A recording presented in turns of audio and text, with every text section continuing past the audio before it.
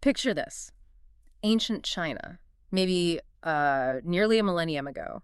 A land kind of gripped by this cruel, corrupt government. Justice feels like a forgotten word. Mm. But then out of the shadows, this band of unlikely heroes emerges. They're forced into outlawry, right? But still determined to fight for what's right. It's a powerful image. It really is. And it's not just a tale, it's, a legend that's echoed across centuries. It's captivated people globally. Absolutely. So today we're taking a deep dive into The Water Margin. It's a classic story, but it found this surprising and genuinely beloved form in a 1973 Japanese TV series. That's the one many people remember. Exactly. And it then charmed its way into homes all across the globe. We've gathered a fantastic stack of sources for you, everything from historical overviews, detailed reviews, even specific production notes. Yeah, good mix. Our goal is to extract those really important nuggets of knowledge. We want to uncover how this epic tale of rebellion and loyalty actually came to be. And what made that TV adaptation so unique and memorable? Right, and why decades later, it's still cherished by so many. So get ready for some fascinating insights, maybe some surprises, and a journey through a world that, while ancient, feels surprisingly relevant. Sounds good. Where do we start? Well, to really get the magic of the TV series, we absolutely have to start at the source. The Water Margin isn't just an adaptation someone dreamed up. No, not at all. It's based on Shui Zhuan. That's one of the 4 great classical novels of Chinese literature. Dates way back to the 14th century. It's foundational, really. If you know world literature, you know this text is incredibly important. Yeah. That's right. And this monumental novel, it's also known as All Men Are Brothers. It doesn't just tell a story. It meticulously dissects these profound themes: rebellion, brotherhood, morality, all within this crumbling, corrupt society. And its roots are deep. Oh, yeah, very deep, drawing from real legends of the Song Dynasty.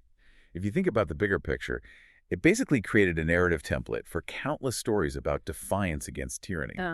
A template that's influenced stories and media across different cultures for centuries. It's had a huge impact. You could almost think of it as a kind of Chinese Robin Hood, maybe. But like on an epic scale. That's a decent comparison, yeah. Though the scale is certainly bigger. At its heart, this saga follows the plight of 108 individuals. Sometimes they're called the 9 dozen heroes, or the 108 stars of destiny. And they're not born criminals, that's the key thing. They're systematically forced into outlawry by this corrupt government. Pushed to the edge. Exactly. Their refuge, the water margins of Liangshanpo. It's this seemingly impenetrable marshland way south of the capital where they gather and form this powerful opposition. And that brings us to a really compelling dilemma, doesn't it? How do these individuals who start out law-abiding, honorable even, how do they keep their moral compass when the system itself pushes them outside the law? That's the core question, really. It is. In both the novel and later the series, they explore this journey masterfully. The legend even weaves in these minor fantasy elements. Oh, yeah. Like what? Well, things like Oriental wizards, enhanced sword fighting skills. There are even hints that maybe these heroes are souls reborn of other earlier knights. It really adds to the mythic quality of their struggle, you know? Right. Elevates it beyond just a historical rebellion. Okay, so let's fast forward. Centuries later, how does this ancient Chinese legend jump onto TV screens? Right. The version many of us remember so fondly is the 1973-1974 TV series, produced in Japan by Nippon Television. Sukuden, as it was known there. Exactly. Ran for 2 seasons, 26 episodes total, each about 45 minutes long. And this Japanese adaptation, it became this surprising cross-cultural phenomenon in the West, particularly in the UK. That's where I remember it from. Yeah, the English-dubbed version. It was shown on the BBC from 1976 to 1978. And what's really remarkable, when you look at our sources, What's that? the English adaptation by David Weir was done using only brief plot synopses, not full translations of the original Japanese script. No way, just summaries. To summaries, imagine the challenge, building compelling dialogue from just a skeleton plot like that. Wow. Okay, that's where it gets really interesting for so many who watched it, myself included. The dubbing. Ah, yes, the dubbing. Our sources actually describe it as exquisite and virtually lip-synced throughout, which, allowed viewers to kind of forget it was dubbed. It was very well done technically for the time. Yeah. This commitment to the lip sync also meant the dialogue sometimes became, a bit bizarre and disjointed in places. Yeah, it had its quirks. Which paradoxically sort of became part of the charm, didn't it? Yeah. And crucially, it used mostly fake Chinese accents. Right, a deliberate choice. To enhance the realism, or perceived realism anyway, they deliberately avoided jarring standard English or American accents. It created this very specific, unique world for the viewers. It absolutely did. That choice, those accents, that distinct dialogue style, it played a huge role in its cultural impact. It crafted this atmosphere unlike anything else on TV at the time. Who were some of the voices? Well, it was famously narrated in English by Burt Kwok. People might know him later from the Pink Panther films. Oh, right. And it featured other notable voices, like Miriam Margolyes as the fierce Hu Senyang. No kidding. Yes. And Peter Marenker as the villain, Chiu. So this wasn't just a translation. It was, in a way, a reinvention. It created these entirely new layers of experience. It really shows how adaptation, even with, linguistic constraints, can deeply resonate. And beyond the dialogue, the action was a huge draw. Massive. Oh, definitely. Every single episode delivered at least one, often more, meticulously choreographed set-piece sword fight. You had heroes just carving their way through waves of soldiers and bandits. Choreography was impressive. The reviews we looked at praised the action as excellent and believable. And importantly, the characters actually developed throughout the saga. Which isn't always a given, right? Especially in action-heavy shows. Exactly. It kept you invested in their journey, not just the spectacle of the fights. Indeed. The visual style, the costumes, that martial arts choreography, it all came together. Yeah. It painted this really vivid picture of that tumultuous era. You can imagine the impact on a young viewer in the 70s, right? Seeing these fights, the landscapes, on the BBC for the first time. It must have been captivating, truly something different. Okay, let's talk about the heart of it all. The characters and their struggles. The moral core.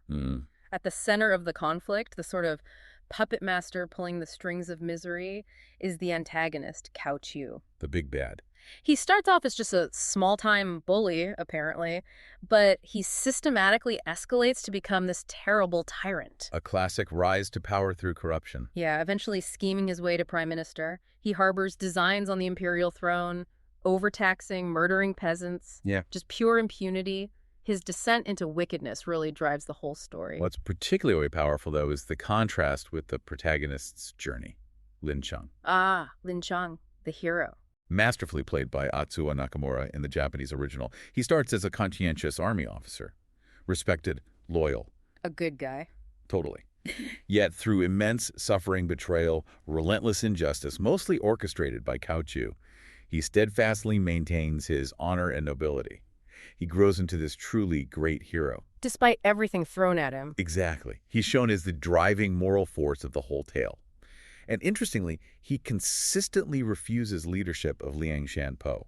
He always feels unworthy. Really? Even though he's the main hero? Yeah, that internal struggle, that humility, it provides such a powerful human counterpoint to Chiu's latent corruption. It makes Lin Chung incredibly relatable. It's kind of a masterclass, isn't it, in how an antagonist, through their own evil actions, unintentionally seals their own fate. How so? Well, Chiu systematically forces these upright citizens into outlawry. He unknowingly drives them directly to Liang Shanpo, creating the very opposition that will eventually challenge him. He creates his own enemies. Precisely. This complex narrative, how these heroes are forced into rebellion, it's not just compelling, it makes you root for them every step of the way. Even when they're, breaking the law. And that does raise an important question for us, doesn't it? Yeah. What truly defines a hero when they're pushed outside the law? When their only path to justice is rebellion? That's a gray area. Very much so. And beyond Lin Chung, the series introduces this diverse, unforgettable cast. You've got Hu Senyang. Miriam Margolyes' character. The very one. The only female hero in the main group, depicted as lethal with her two short swords. Then there's Sung Chang, the good judge. Lu Ta, the flower priest. He brought some humor, right? Yeah, often provided much-needed comic relief. And Shi Qin, the tattooed dragon. Each character with their unique skills, their backstories, they contribute to this rich tapestry of the 9 heroes. Makes the ensemble really memorable, not just one hero and a bunch of sidekicks. Exactly, multifaceted. So, The Water Margin clearly wasn't just some show that filled a time slot and disappeared. It etched itself into the cultural consciousness, didn't it? Deeply. Especially in certain places. It became this well-known and beloved children's program on BBC, and its fondly remembered today by countless people who grew up watching it in the UK. The names Lin Chung, Liang Shanpo, they became household terms for a whole generation there. It really shows its pervasive appeal. Yeah, I remember kids in the playground talking about it. And its lasting impact is further evidenced by its home video releases. This is quite interesting. Go on. Well, the initial UK DVD release back in 2005 apparently featured a censored version. Cut down. Yeah. But a reissued DVD and Blu-ray set in 2016 impressively reinserted these missing portions from the original broadcast, the post-watershed broadcast. Post-watershed, meaning? Oh, right. That means content shown later in the evening in the UK after a certain time like 9 p.m. when more mature themes or violence were permitted on TV. Gotcha. So they put the grittier stuff back in. Exactly. And this commitment to restoring the full original viewing experience for fans, it really speaks volumes about its enduring appeal. There was clearly demand for the complete, uncut version. People wanted the real deal. They did. It's also interesting, German releases apparently included the optional original Japanese audio track, whereas the UK versions were English dubbed only. Just shows different market approaches to foreign content back then. Fascinating. And the story's influence didn't just stop at TV screens, did it? No, it spread out. This rich narrative inspired numerous adaptations across different media, including, get this, a Sega Genesis Mega Drive beat-em-up game. A video game. Yeah, called Water Margin, A Tale of Clouds and Wind, which just proves how this compelling story, with its vibrant characters, exciting action, it can translate into all sorts of entertainment. Shows its versatility and lasting power, definitely. So after this whole journey, what does this all really mean? We've traveled through this incredible story of the Water Margin. From 14th century China. Right, from its origins as Hui Huzwan to that iconic 1973 Japanese TV show that captured imaginations globally. We've seen how a tale of 108 outlaws fighting a corrupt government. Brought to life with that unique, exquisite dubbing. Yeah, compelling characters like the morally unwavering Lin Chung and the tyrannical Chiu, thrilling sword fights, how all that blossomed into a beloved classic. Stepping back, I think the broader implication is that The Water Margin is way more than just an adventure story. It's a timeless exploration. Justice, loyalty, the complex morality of standing up against tyranny. Themes that never get old. Never. It profoundly demonstrates how a powerful narrative, one rich in human experience, can just transcend cultural barriers and resonate deeply across different eras. It keeps influencing how we think about heroism and rebellion, even today. So for you, our listener, maybe consider this. What is it about a story of rebellion and righteousness that makes it so universally appealing? Appealing enough that it can be adapted from a 14th century Chinese novel, produced in Japan, adored by a Western audience through this incredibly unique English dub, almost half a century later. It's the secret sauce. Exactly. What enduring human truths does the Water Margin tap into that continue to make it worth watching, worth studying, maybe even inspiring today? Something to think about.